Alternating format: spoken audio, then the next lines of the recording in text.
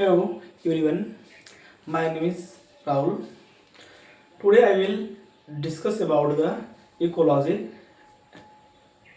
The, the ecology is the sixth semester of the BSc final year. ये ecology, जो ecology है ये Greek word है. Eco means होता है ओकियोस.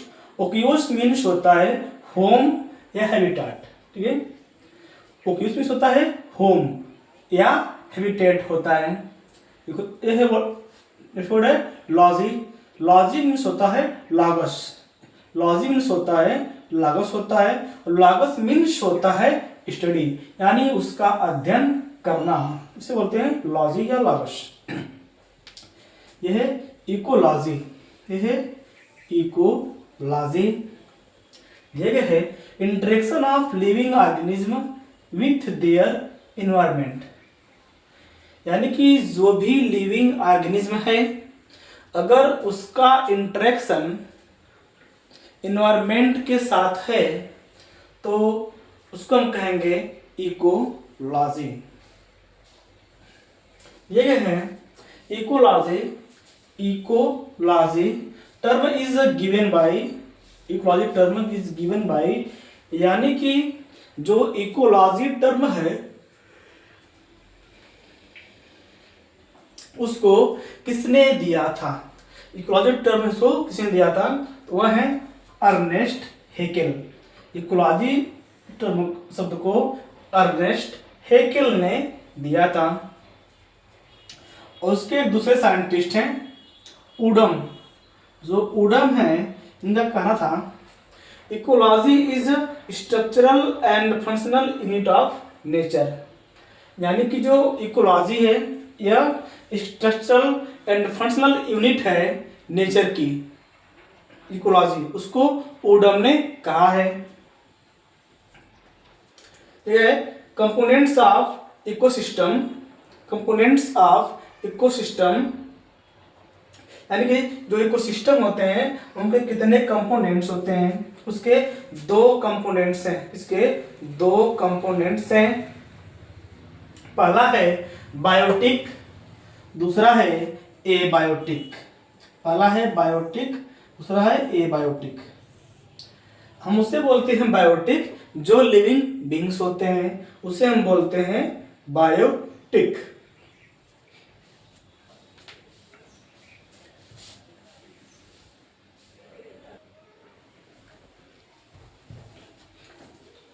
बायोटिक, बायोटिक मीन्स होता है जो लिविंग बींग हो. यह है एबायोटिक यानी जो नॉन लिविंग बींग्स होते हैं.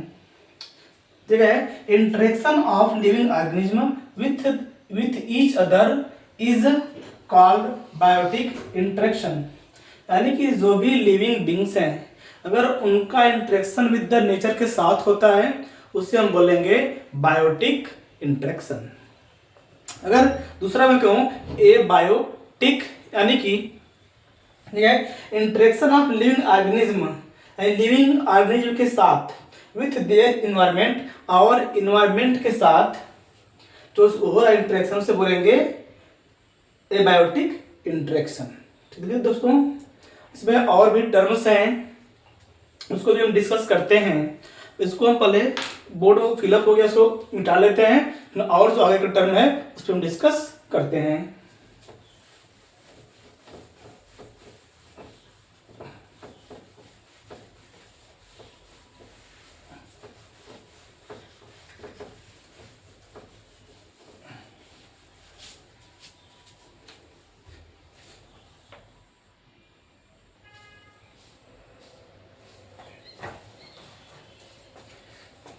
यानी कि जो मैं पहले बता रहा था ये सब इकोलॉजी के कुछ वर्ड्स हैं, इसको जानना अति आवश्यक है. जब आगे के जो चैप्टर्स होंगे उसको आप आसानी से जान सकेंगे. यह क्या है ऑटो इकोलॉजी.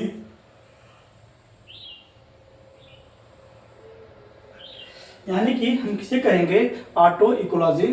यह स्टडी ऑफ सिंगल इंडिविजुअल और single species interacting with environment. यानी कि अगर कोई सिंगल स्पीसीज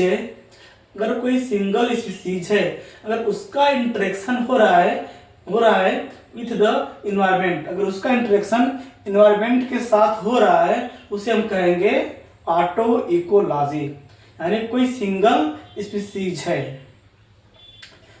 क्या क्या है? सिन इकोलॉजी, यानी कि जगह है group of individual interacting with the environment, यानी कि जो ग्रुप ऑफ अगर इंडिविजुअल्स होंगे, यानी एक से अधिक